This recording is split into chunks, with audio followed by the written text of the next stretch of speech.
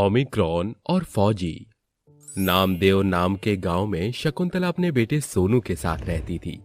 शकुंतला का पति फौजी था और बॉर्डर पर काफी साल पहले शहीद हो गया था। अपने पति की तरह शकुंतला अपने बेटे सोनू को भी एक फौजी के रूप में देखना चाहती थी। इसलिए शकुंतला अपने बेटे से कहती है, सोनू बेटा, तेरे पापा फौजी थे, तुझे भी उन्हीं की तरह एक फौजी बनना है। ठीक है माँ, मैं भी पापा की तरह बहुत बड़ा फौजी बनूंगा और देखना तुम, मैं भी दुश्मनों को मार गिरा दूंगा। हाँ मेरे बच्चे, तुम भी अपने पिता की तरह बनना।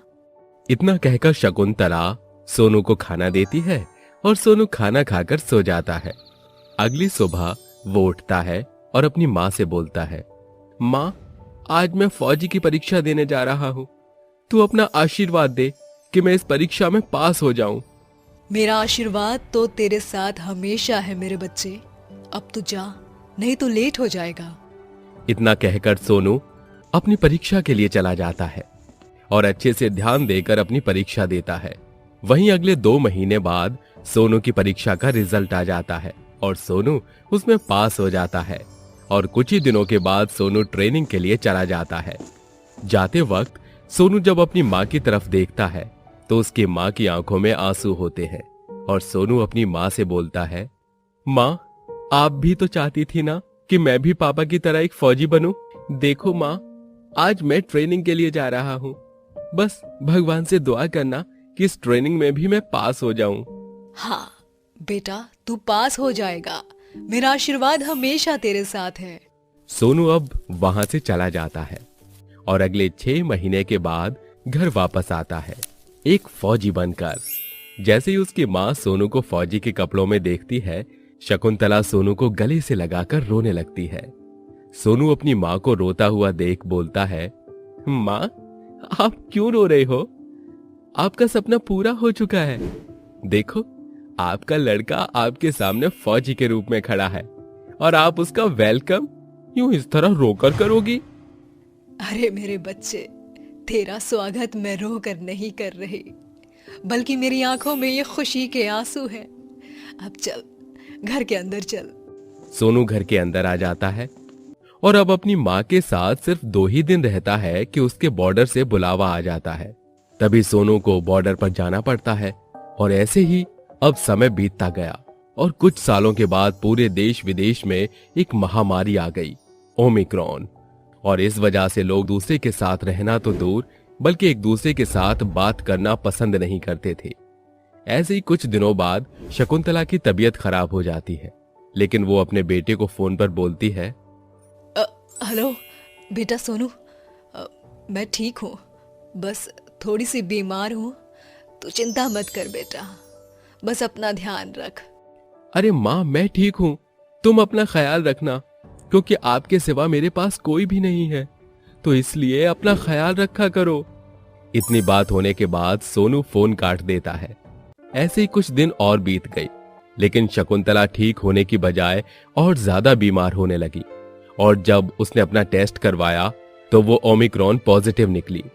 शकुंतला बहुत ही ज्यादा कमजोर हो गई थी और अपनी ऐसी हालत देखकर वो अपने बेटे को फोन करती है। हेलो बेटा सोनू, मैं ओमिक्रॉन पॉजिटिव हूँ और मुझे अब लगता है कि मैं बच नहीं पाऊंगी बेटा। मैं अपनी आखिरी सांस लेने से पहले तुझे देखना चाहती हूँ। मेरे बच्चे, तू जल्दी से छुट्टी लेकर मेरे पास आ जा बेटा। इतना सुनते ही सोनू जल्दी से छुट्टी ले लेता है और अपनी माँ के पास पहुंच जाता है। अपनी माँ को इस हालत में देखकर वो बहुत ही रोने लगता है, क्योंकि उसकी माँ के साथ कोई नहीं था और वो अपने बिस्तर पर आंखें बंद किए हुए लेटी हुई थी। उसके साथ एक ऑक्सीजन भी था जिससे सोनू की माँ सांस ले रही थी। माँ को देखकर सोनू फूट फूट कर रोने लगता है और अपनी माँ से बोलता है, माँ, तुझे मैं कुछ भी नहीं होने दूंगा, ये तेरे बेटे का वादा है। इतना कहकर वो अपनी माँ के लिए सबके पास मदद लेने जाता है, लेकिन ओमिक्रॉन होने की वजह से सोनू की कोई मदद नहीं करना चाहता, क्योंकि हर किसी इंसान को अपनी जान प्यारी थी। लेकिन फिर भी सोनू ने हिम्मत नहीं हारी और अपनी माँ की जान बचाने के लिए एम्बुलेंस को बुलाता है, लेकिन एम्बुलेंस भी नहीं आती। तभी सोनू की नजर एक ठेले पर पहुंचती है और वो उसको अपने घर ले आता है और उस ठेले पर अपनी माँ को लेटाकर ऑक्सीजन लगा देता है और रोते हुए हॉस्पिटल लेकर जाता है। फौजी को इस तरह देख सभी डॉक्टर आ जाते हैं और तुरंत उसकी माँ को एडमिट करवा देते हैं और शकुंतला का इलाज करने लगते हैं। तभी एक लड़की रुबीना सोनू को रोता हुआ देखती है और सोनू से पूछती है, अरे फौजी साहब, दुख तो हर किसी की जिंदगी में है, पर दुख में भी जो मुस्कुराए वो असली फौजी होता है। उसकी बातों में मानो एक जादू सा था। सोनू उसकी तरफ देखता है और हल्का सा मुस्कुराकर बोलता है, थैंक्स, लेकिन मेरी माँ अंदर ओमिक्रॉन की वजह से एडमिट हो रखी है।